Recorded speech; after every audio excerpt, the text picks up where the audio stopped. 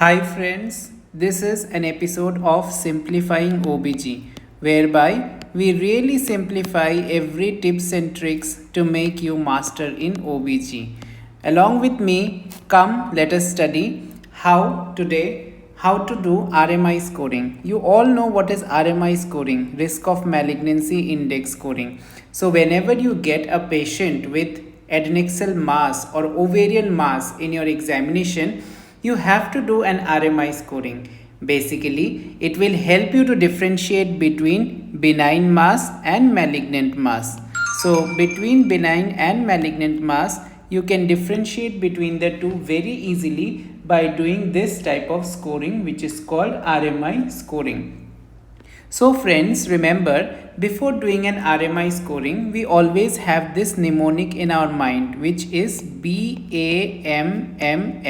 BAMMS mnemonic is something which you always should be remembering. So B stands for bilaterality. Bilaterality means if ovarian masses are in both the sides, means both the ovaries are involved, then it is most probably malignant. Number 2 comes ascites. So if you find ascites in the abdomen, then it is a malignant mass. Number 3 is your metastasis. If you find any metastatic mass in the abdomen or in the chest or anywhere, any metastatic remnants, then it is a sign of malignancy, of course. Then comes your multilocularity. Multilocularity means if it is a multilocular mass, means you can have a unilocular mass in ultrasound. You can have a multilocular mass like this, which has many septa in between and it is multilocular. Then it is mostly a malignant mass. And S stands for solid areas. So if there are solid areas and solid cystic areas, means some areas are solid and hard in the mass, then it is suggestive of malignancy. So whenever you have this BAMMS criteria, then remember we are dealing with a malignant mass, otherwise we are dealing with a benign mass. Now what happened, if we see the history, when RMI started, risk of malignancy index started, it started late in 1990. So what happened, first came RMI 1, then RMI 2, RMI 3 and RMI 4 score. So RMI 1 was given by Jacobs et al. In 1990. RMI 2 was given by Tingolstad in 1996. RMI 3 was also given by Tingolstad et al. In 1999. And the most recent one is RMI 4, which we need to follow. It was given by Yamamoto and it was given in 2009. So let us see a comparison. In this video I will give a very good comparison so that you never forget what all other features. Now in RMI you have three things which you look about. One is the ultrasound. In ultrasound you look for whether BAMMS criteria is present or not. Second, you see the menopausal status of the female.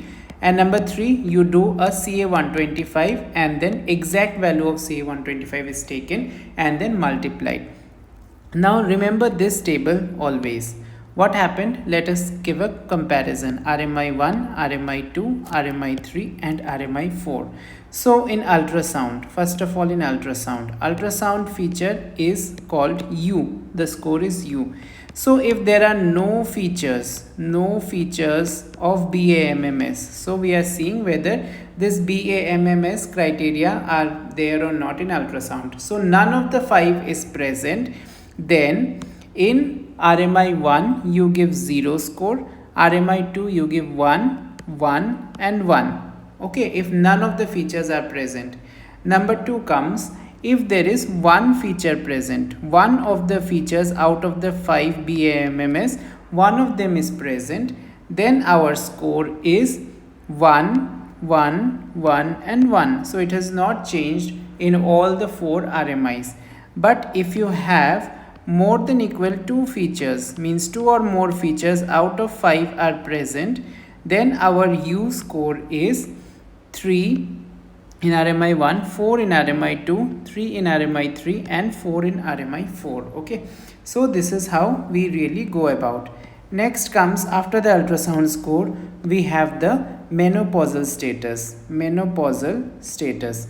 So in menopausal status, we can have a premenopausal women, that is in the reproductive age group, or a postmenopausal women, So our scores will be for premenopausal it is always 1. For postmenopausal the score is same as the ultrasound score of 2 or more features. So 3, 4, 3, 4. Okay. Then comes our CA125.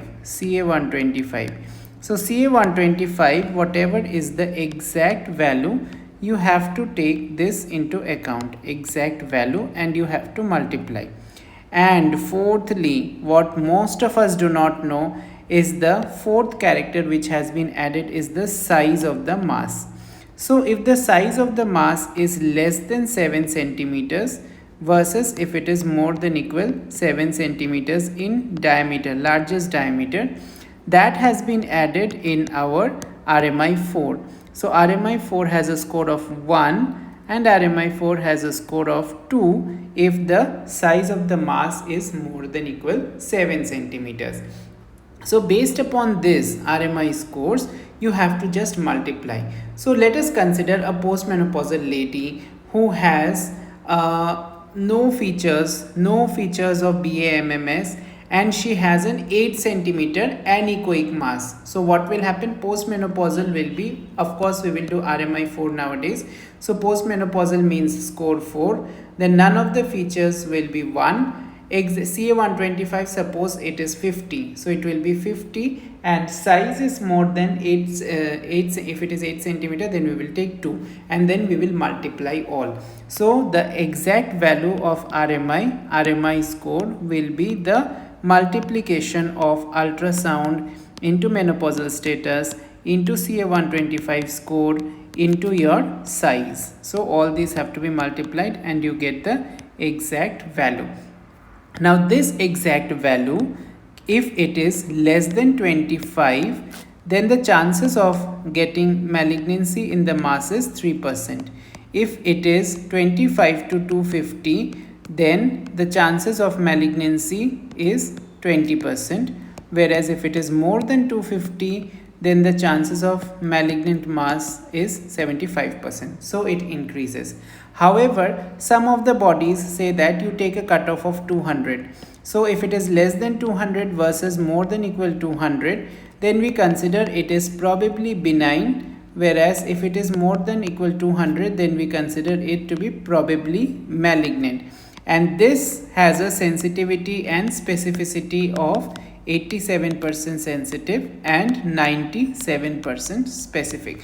So this is a very important tool which helps us in bedside estimating that a patient can have malignant or benign mass. So every time you get a patient in your ward or in your examination whereby you are getting a mass abdomen, then always get an RMI scoring so that you can tell your examiner that my patient is having probably a benign or a malignant mass.